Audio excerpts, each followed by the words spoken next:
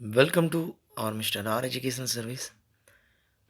இன்றைக்கி நம்ம இந்த வீடியோவில் முழு லாக்டவுன் இந்த சாப்டரை பற்றி நம்ம பார்க்க போகிறோம். இதோட சோசியல் ப்ராப்ளம்ஸ் அதையும் கலந்து பார்க்க போகிறோம். ஆல்ரெடி நாங்கள் போஸ்ட் பண்ணியிருந்தோம் முழு லாக்டவுனா அப்படின்றத. அது பிஃபோராகவே எங்களுக்கு வந்த நியூஸ் படி தான் கேதர் பண்ணி போட்டிருந்தோம். அதுபோல் இன்றைக்கி தமிழ்நாடு ஃபுல்லாக லாக்டவுன் வந்து எஸ்டப்ளிஷ் பண்ணியிருக்காங்க. அதாவது டிஸ்ட்ரிக் விட்டு டிஸ்ட்ரிக் போனாலே பழையபடி பாஸ் கட்டாயம்னு சொல்லியிருக்காங்க. அதே மாதிரி எல்லா மாவட்டங்களிலும் எல்லா வணிகர்களும் 2 மணி வரைக்கும் மதியம் 2 மணி வரைக்கும் மட்டும்தான் அவரவர்கள் தொழிலை செய்கிற மாதிரி ஆர்டர்ஸ் வந்து இருக்கு. நாமக்கல் டிஸ்ட்ரிக்டில் ஈவினிங் வரைக்கும் சொல்லியிருந்தாங்க. ஸோ இது வந்து பார்த்திங்க அப்படின்னா லாக்டவுன் ஏன் கம்ப்ளீட்டாக எஸ்டாப்ளிஷ் பண்ணுறாங்கன்னா, இன்றைக்கி இப்போ இந்த வீடியோ போட்டுட்ருக்க இந்த நேரத்தில் கொரோனா பாதிப்பு 3509 தமிழ்நாட்டோட கொரோனா பாதிப்பு. இதுதான் பீக்கான்னு கேட்டிங்கன்னா கிடையாது. 7000 8000 பாதிக்கப்படுவாங்க போக போக.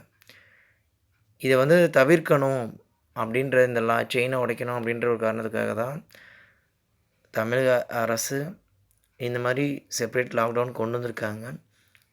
அதே மாதிரி லாக்டவுன் 30ஆம் தேதியோடு முடியுது. அடுத்தது இதை விட கடுமையான லாக்டவுன் வந்து அமல்படுத்துறதுக்கான வாய்ப்பு தான் அதிகம். 12th எக்ஸாம் ரிசல்ட் வந்து பார்த்திங்கன்னா ஜூலை ஃபஸ்ட் வீக்கில் வரப்போகுது.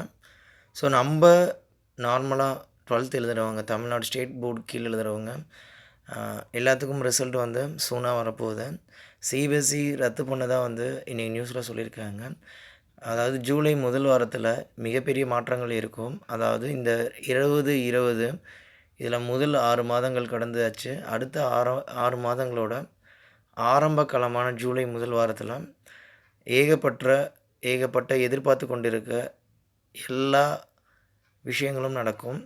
அதில் நீங்கள் எக்ஸாம்ஸ் பற்றி கேட்டிருந்தீங்க. இப்போ எக்ஸாம்ஸ் வந்து பார்த்திங்கன்னா யூனிவர்சிட்டிஸே எக்ஸாம்ஸை வந்து கேன்சல் பண்ணலாம் அப்படின்றத யூஜிசி பரிந்துரை செஞ்சுருக்கு. அதில் என்ன சிக்கல்னு பார்த்தீங்கன்னா, அரியர் எக்ஸாம் எழுதுகிறாங்கள அவங்களுக்கான ப்ராப்ளம் வந்து இருக்குது. அது என்னன்னு கேட்டிங்கன்னா, இப்போதைக்கு ஆல் கிளியர் வேணால் பண்ணிவிடுவாங்க. அரியருக்கவன் போன மார்க்கை வச்சு போட முடியாது. ஏற்கனவே அரியர்ன்றதுனால தான் இந்த தடவையும் அரியர் எழுதி தான் கிளியர் பண்ணணுன்ற ஒரு நோக்கம் இருக்குது. ஸோ இந்த விஷயத்தை வச்சு பார்க்கும்போது அரியர் மாணவர்களுக்காக கண்டிப்பாக எக்ஸாம் நடத்தி தான் ஆகணும்.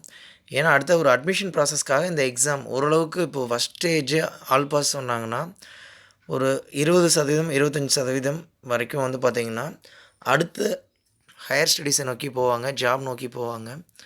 மீதி இருக்கவங்களுக்கு கண்டிப்பாக வந்து எக்ஸாம் நடத்தியே ஆகணுன்ற கட்டாயத்தில் அரசாங்கங்கள் இருக்குது. இது பத்தாதுன்னு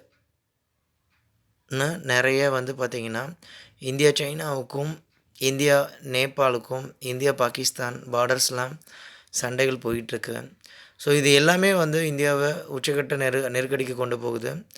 இதில் ஆறுதலான விஷயம், அரசுக்கு மிகப்பெரிய வருமானம் எதுன்னு கேட்டிங்கன்னா பெட்ரோல் விலை உலக அளவில் சர்வதேச சந்தையில் குறைஞ்சிருந்தாலும் இந்தியா எப்பயும் போல் விற்கிற நார்மல் விலையை விட அதிகமான விலைக்கு தான் பெட்ரோலையும் டீசலையும் டே டு டே வந்து சேல் பண்ணிகிட்ருக்காங்க. ஒரு பொருளை நம்ம வாங்காமல் இருந்தோம்னா அந்த பொருளோட விலை வந்து ஆட்டோமேட்டிக்காக குறையும். நிறைய மக்கள் வாங்காமல் இருந்தாங்கன்னா அதோடய விலை குறையும். அதன்படி பார்த்தோம் அப்படின்னா பெட்ரோல் டீசல் வந்து அதிகமாக பயன்படுத்துறது கிடையாது. இருந்தாலும் அதோடய விலை பீக்கில் போகுது அப்படின்னா அது ஒன்று தான் இப்போ இந்தியாவோட மெயின் எக்கனாமியாக இருக்குது. இதை தாண்டி வந்து பார்த்திங்கன்னா இன்னொரு கொஸ்டின் வரலாம், ஒரு பொருளை வாங்காமல் இருந்தோம்னா அதோடய விலை குறையும்னு. ஆனால் ஏன் தங்கத்தோட விலை மட்டும் ஏறுது அப்படின்னு நீங்கள் கேட்கலாம். ஒரு முதலீடு, ஒரு பொருள் நம்ம மண் மேலே போட்ட காசும் பொண்ணு மேலே போட்ட காசும் எனக்கு வீணாகாது அப்படின்ற பழமொழியே இருக்கு. ஸோ ஒரு பொருளை எதுலையாவது இன்வெஸ்ட்மெண்ட் வந்து நம்ம பண்ணணும்னு நினைக்கிறாங்க. அந்த பொருள் தான் வந்து தங்கமாக இருக்குது.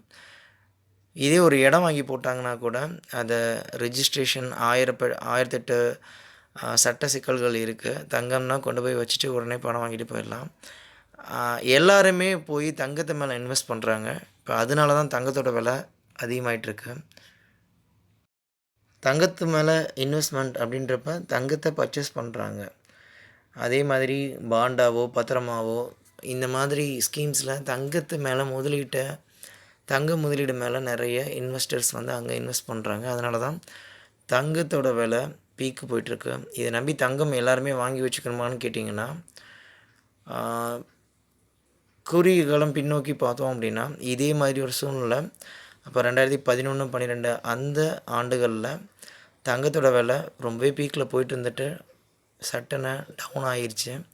25, 30 வரைக்குமே வந்திருக்கு. ஆனால் அப்படியே வந்து பார்த்தீங்கன்னா 18 அந்த ரேஞ்சுக்கு வந்திருக்கு. அப்போ நீங்கள் 25,000ல் நீங்கள் ஒரு பவுன் எடுக்கிறீங்க அப்படின்னா அது உங்களுக்கு வந்து லாஸில் போய் முடிஞ்சிடும். எல்லாருமே இப்போ வந்து தங்கம் அதிரடியாக 40,000 வரைக்கும் போயிட்டுருக்கு. ஸோ இது வந்து முதலீடான்னு கேட்டிங்கன்னா கண்டிப்பாக கிடையாது. எதற்காக இது அடிஷ்னல் நியூஸாக தான் சொல்கிறோம். தங்கம் நிலையான பொருள்னு எல்லோரும் நம்புகிறாங்க. இந்த உலகத்தில் நிலையான பொருள்னு எதுவும் இல்லை. ஸோ இப்போதைக்கு விலை உயர்ந்த பொருள் வைரூரியம் எது இருந்தாலும் தங்கம் அனைவரின் கையிலும் இருக்குது. ஸோ இதை நம்புகிறாங்க, தங்கத்தை நம்புகிறாங்க. இதனால் மட்டும்தான் இந்த பொருளோட விலை யாரும் வாங்கலைனாலும் கூட மறைமுகமாக இன்வெஸ்ட் பண்ணுற காரணத்தினால விலை வந்து அதிகரிச்சிட்ருக்கு. கொரோனா வைரஸ் வந்து நாளுக்கு நாள் அதிகரிச்சுட்டு தான் இருக்குது. ஸோ ரொம்பவும் எச்சரிக்கையாகவும் பாதுகாப்பாக இருங்க.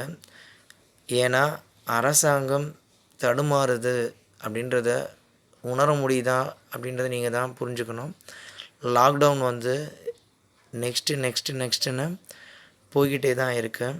இது வெளிப்படுத்துகிற ஒரே விஷயம், கொரோனாவோட வாழ்ந்துக்கலாம் அப்படின்ற ஸ்டேட்மெண்ட் கொடுத்த அரசாங்கம் திரும்பவும் லாக்டவுனை எஸ்டப்ளிஷ் பண்ணுறதுக்கான காரணம் உயிரிழப்புகள் அதிகமானதை சந்திக்க வேண்டியதாக இருக்கும். 2வது ஜனத்தொகையில் பெரிய நாடான இந்தியா 138 கோடியில் 1% வச்சிங்கனாலும் 1.38 அதாவது 1.4 கோடி மக்கள் வந்து சாகிறதுக்கான நிலை ஏற்படும்ன்றது தான் யதார்த்தமான உண்மை. ஸோ நாளுக்கு நாள் கொரோனா அதிகமாகிட்டுருக்க இந்த சூழ்நிலையில் உங்கள் குழந்தைகளை ரொம்ப சேஃபாக வச்சுக்கோங்க. கவர்மெண்ட் எக்ஸாம் ப்ரிப்பேர் பண்ணவங்க மெதுவாக ப்ரிப்பேர் பண்ணுங்க. இதுதான் இப்போதைக்கான ஒரே ஒரு பதில். எங்களோட சிஎம்செல் பெட்டிஷனில் இருக்கக்கூடிய அந்த டேட்டா கூடிய விரைவில் அப்லோட் பண்ணுறோம். நாங்களும் உங்களை மாதிரி ஆளோட எதிர்பார்த்துட்ருக்கோம். நாளையிலேருந்து கண்டிப்பாக ரெகுலர் வீடியோ உங்களுக்கு வந்து சேரும் நேரத்துக்கு. அதே மாதிரி நம்மளோட போஸ்ட்டுகளை தவறாமல் பாருங்கள். அதனால் உங்களுக்கு நிறைய எம்ப்ளாய்மெண்ட் விஷயங்கள் வந்து அப்டேட் பண்ணிகிட்ருக்கோம் போஸ்ட் மூலிமா.